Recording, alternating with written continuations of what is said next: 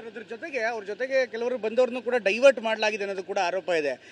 ಹಾಗೇನೇ ಇದ್ರ ಜೊತೆಗೆ ಮತ್ತೊಂದು ಒಂದು ಇಂಪಾರ್ಟೆಂಟ್ ಕ್ವಶನ್ ಕಾಂಗ್ರೆಸ್ನವ್ರು ಕೇಳ್ತಾ ಇರುವಂತದ್ದು ಅಂದ್ರೆ, ಇದನ್ನ ಹೇಗೆ ಬಿಜೆಪಿ ಅವರು ಸಮರ್ಥನೆ ಮಾಡ್ಕೋತಾರೆ? ಅವ್ರು ಆಡಿರುವಂತ ಅಶ್ಲೀಲ ಪದವನ್ನ ಬಿಜೆಪಿ ನಾಯಕರು ಹೇಗೆ ಸಮರ್ಥನೆ ಮಾಡ್ಕೋತಾರೆ ಅಂತ ಸಿಟಿರವ್ರು ಏನು ಹೇಳಿದ್ದಾರೆ, ನಾನು ಅವ್ರನ್ನ ಭೇಟಿಯಾಗಿ ಮಾತನಾಡ್ತೇನೆ, ತದನಂತರದ ಬಗ್ಗೆ ಪ್ರತಿಕ್ರಿಯೆ ನೀಡ್ತೇನೆ.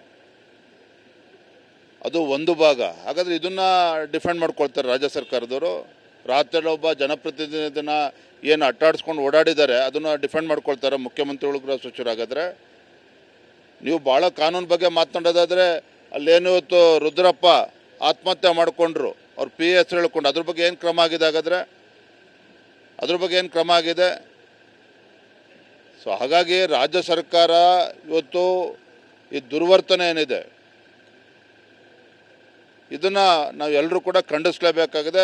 ಇವತ್ತು ಇರ್ರೆಸ್ಪೆಕ್ಟ್ ಆಫ್ ಪಾರ್ಟಿ ಇದನ್ನು ಖಂಡಿಸಬೇಕಾಗ್ತದೆ. ಇವತ್ತಿನ ಕಾರ್ಯಕ್ರಮ ಏನಿದೆ, ತಮ್ಮ ಹೋರಾಟ ಇಲ್ಲಿ ಏನಿದೆ ಸರ್? ಇವತ್ತು ಆಸ್ ಎ ಪಾರ್ಟಿ ಅಧ್ಯಕ್ಷರಾಗಿ ಒಂದು ನೈತಿಕ ಬೆಂಬಲ ಕೊಡೋದಕ್ಕೆ ಬಂದಿದ್ದೀರಿ, ಇಲ್ಲಿಂದ ಹೋರಾಟ ಹೇಗೆ ಆರಂಭವಾಗುತ್ತೆ? ನೋಡಿ, ಈಗಾಗಲೇ ನಾವು ಎಲ್ಲ ಜಿಲ್ಲಾ ಕೇಂದ್ರಗಳಲ್ಲಿ ಪ್ರತಿಭಟನೆಯನ್ನು ಆಯೋಜನೆ ಮಾಡಿದ್ದೇವೆ.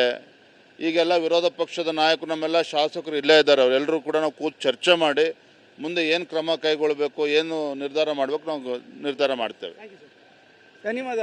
ಇದಿಷ್ಟು ವಿಜಯನ್ ಅವರು ಹೇಳ್ತಾ ಇರುವಂಥ ಮಾತು. ಕ್ಯಾಮರಾಮನ್ ಪ್ರಾಣೇಶ್ ಜೊತೆ ಪ್ರಮೋದ್, TV9 ಬೆಳಗಾವಿ.